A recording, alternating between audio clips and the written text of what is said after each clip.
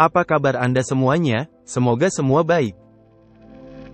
Kita bertemu lagi dalam video ini yang akan menjelaskan tentang sejarah asal mula Tuhan dan terjadinya alam semesta menurut pewahyuan buku Urantia.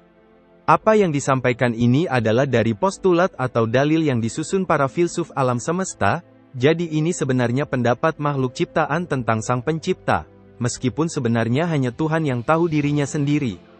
Tapi setidaknya dari pewahyuan alam semesta ini kita mendapatkan uraian lebih baik, mengenai asal-usul, sejarah Tuhan dan alam semesta, dari yang tidak ada menjadi ada semua yang kita lihat ini.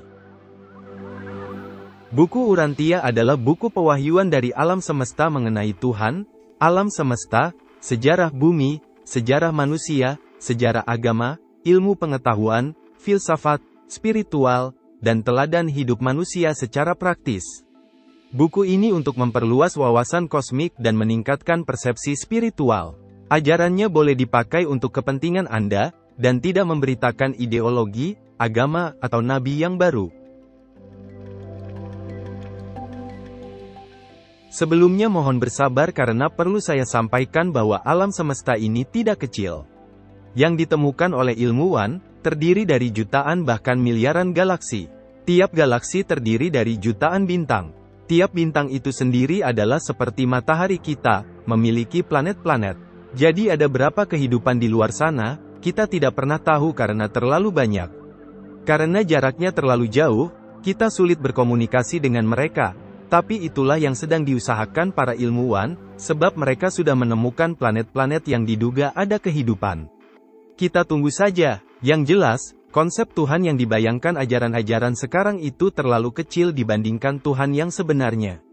Planet kita ini saja sangat kecil dibandingkan ukuran tata surya, dan tata surya kita sangat kecil dibanding ukuran galaksi, sedangkan galaksi kita sangat kecil dalam alam semesta. Dengan bahasa dan nama apa Tuhan yang maha besar itu disebut oleh planet-planet yang lain? Nama Tuhan yang diusulkan buku ini adalah Bapa Semesta. Karena nama itu menggambarkan Tuhan yang adalah Bapa keluarga alam semesta yang pengasih, yang pertama dalam semuanya, yang satu atau esa, yang universal dan yang tanpa batas. Demikian pengantar singkat tentang alam semesta, sekarang kita masuk dalam tema kita. Segala sesuatu di alam semesta itu ada sebabnya. Itu yang dituntut oleh ilmu pengetahuan dan logika, dan itu benar adanya. Mungkin kita menjelaskan bahwa semua berasal dari Tuhan, tapi kita juga tidak tahu bagaimana Tuhan menciptakannya. Alam sekitar kita sudah ada dari dulu dan kita belum pernah melihat Tuhan menciptakan sesuatu dari yang tidak ada menjadi ada, lalu bagaimana Tuhan menciptakan makhluk alam semesta yang jumlahnya sangat banyak itu? Lalu lebih lanjut lagi, kalau begitu dari mana Tuhan itu berasal? Bagaimana terjadinya Tuhan? Dalam buku Urantia ada disebutkan Tuhan yang mula-mula dan tanpa sebab lagi, yang oleh buku Urantia disebut Aku Ada. Aku Ada ini meliputi segala sesuatu dan tidak bisa kita definisikan dengan bahasa apapun. Ini adalah Tuhan yang primordial, yang tidak bisa dipahami. Tapi mengapa alam semesta ini sangat terdefinisi, bahkan sampai putaran elektron dalam atom itu saja ada orbitnya yang pasti? Konsep Tuhan Aku Ada ini mirip berbagai anggapan tentang Tuhan dalam kepercayaan lokal. Tapi bayangkan jika alam semesta ini hanya Aku Ada, yang tidak punya definisi apapun, maka tidak ada makhluk, tidak ada Tuhan, dan tidak ada ruang ataupun waktu. Tidak ada pengaturan atau ciptaan apapun, semua tercampur menjadi satu yang tentu hanya merupakan awan debu kosmis yang homogen dan tidak ada batasnya. Sesuai dengan hukum fisika termodinamika kedua yang disebut entropi. Hukum alam ini tidak bisa dilawan. Segala sesuatu kalau dibiarkan akan hancur kemudian akan menjadi homogen, menyebar rata dalam ruang. Demikian pula kalau Tuhan itu tidak punya batasan definisi apapun, maka alam semesta ini hanyalah awan debu yang rata di mana-mana, tidak ada yang bisa dikenal, dan Aku Ada juga tidak bisa dikenali. Aku Ada rupanya tidak suka dengan kondisi dibatasi oleh ketanpa batasan itu. Aku Ada itu memiliki kehendak, dan berusaha melepaskan diri dari belenggu ketanpa batasan itu. Saya tidak akan masuk terlalu detail karena bisa rawan kesalahan. Menurut buku Urantia, yang dapat saya pahami, aku ada mulai mendefinisikan pembedaan-pembedaan. Aku ada memisahkan antara yang esa tanpa batas dengan ketanpa batasan. Artinya memisahkan antara satu sosok yang berpribadi dengan yang tidak berpribadi. Inilah Bapa Semesta yang esa itu.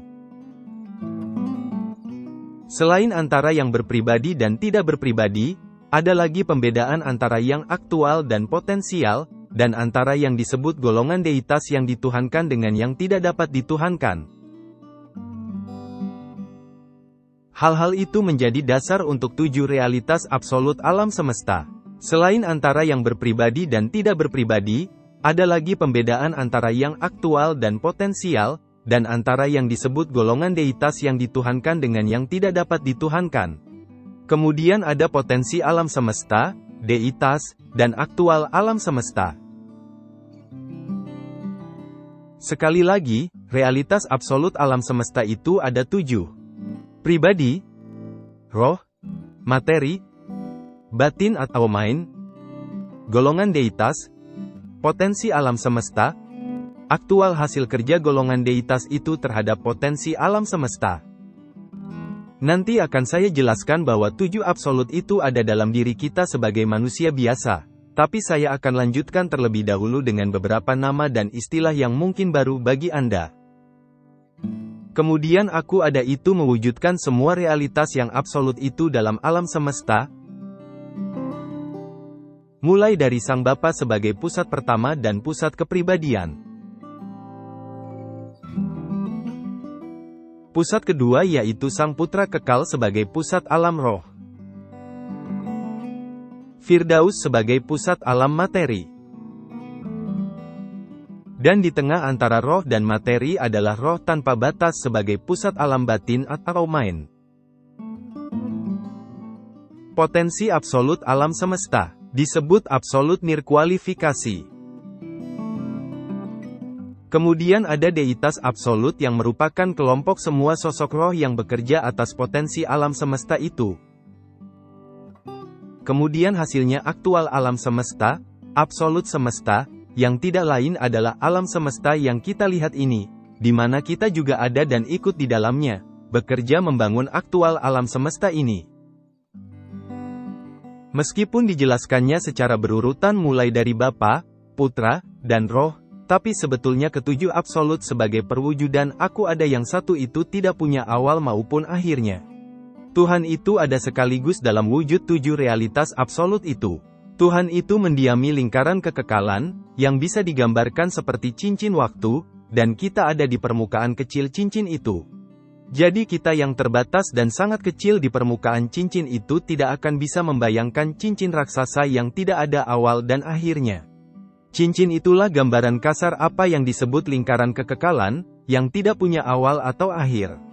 Kita hanya bisa memahami prosesnya, tapi tidak tahu itu kapan terjadinya 7 realitas absolut itu dalam kekekalan masa lalu. Bapa adalah pusat pertama, dia memberikan pribadi kepada semua sosok pribadi alam semesta dan mengendalikan semua pribadi alam semesta itu, semuanya tanpa kecuali, dalam jaringan kepribadian alam semesta, dan itu mencakup Anda dan saya. Bapa semesta itu yang pertama dan yang esa tanpa batas. Dialah wujud aku ada itu yang dapat kita sapa dan kita ajak bicara.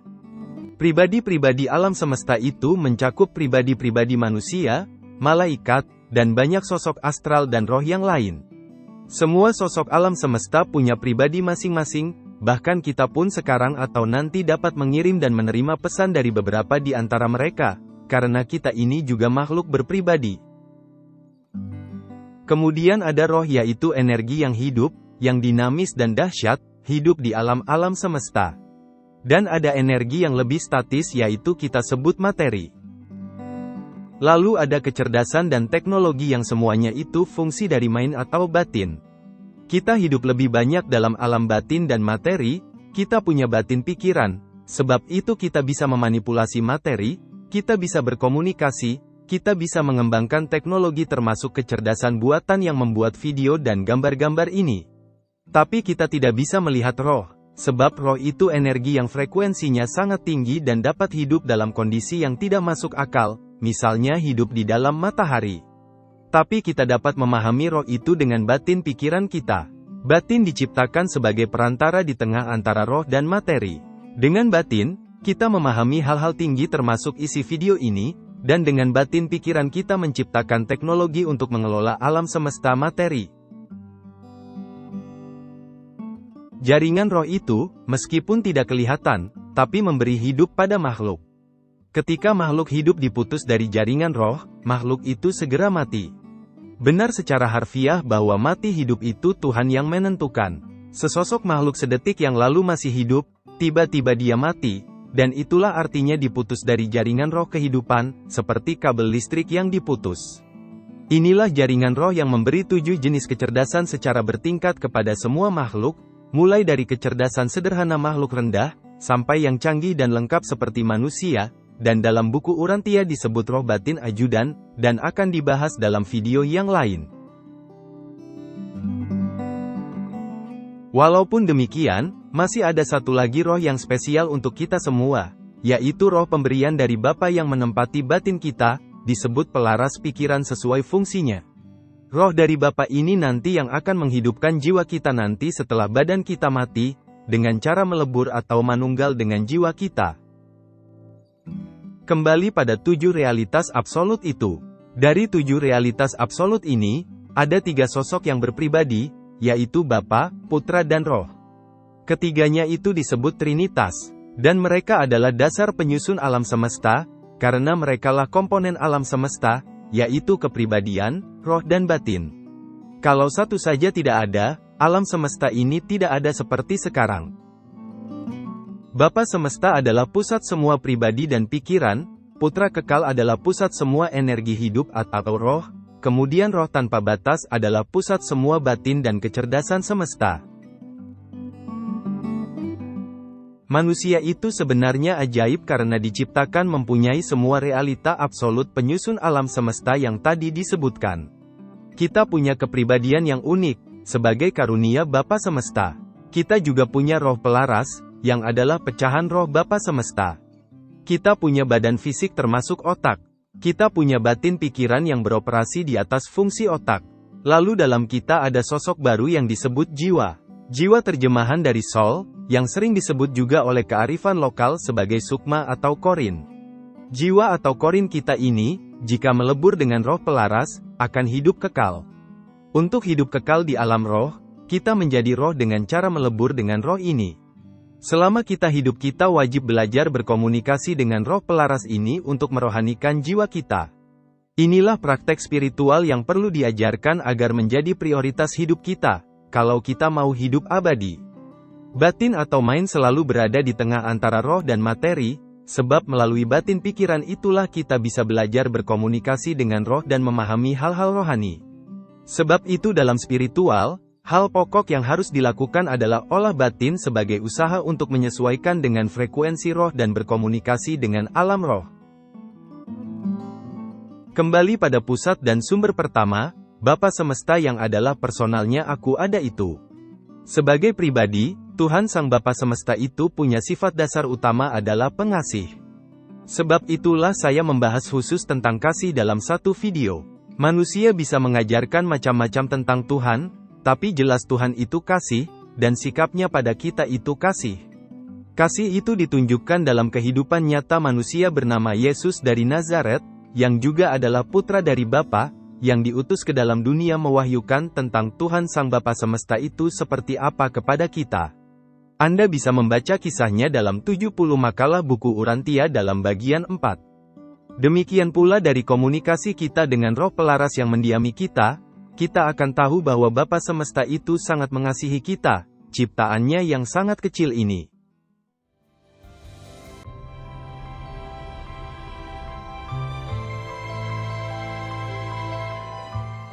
Sebagai penutup, Anda dan saya itu sebenarnya anak-anak dari Aku Ada, Tuhan yang tanpa batas itu. Jiwa Anda berharga, karena Tuhan melihat kekekalan sebagai takdir Anda di alam semesta. Dia berikan rohnya yang kekal itu, dan jika kita melebur dengan roh ini, takdir kita akan menjadi kekal dan tanpa batas juga. Manusia sibuk dengan macam-macam minat kesibukan duniawi, tapi sering lupa mempersiapkan nasib dan takdirnya dalam kekekalan masa depan setelah pergi dari dunia ini. Kita sudah mendengar tentang asal-usul alam semesta. Hidup kita ini sendiri adalah alam semesta itu. Dalam hidup kita ini, pribadi, badan, roh, batin, jiwa, potensi dan aktual kita, itulah semua realitas semesta. Yang makro di alam semesta sudah dibuat mikronya dalam kodrat kita sendiri, sebagai bukti kebesaran Tuhan, aku ada itu. Mungkin kita tidak perlu membahas panjang lebar tentang aku ada itu, sebab kita tidak bisa berkomunikasi langsung dengan aku ada, tapi kita dapat berkomunikasi dengan sosok personalnya aku ada itu, yaitu Sang Bapa Semesta, yang telah membuat kita juga personal. Dan dalam komunikasi itulah kita mengalami kebaikan Tuhan, kita mengalami kedamaian jiwa, kita memahami cara meraih hidup kekal, dan kita mengalami bahwa Tuhan itu kasih.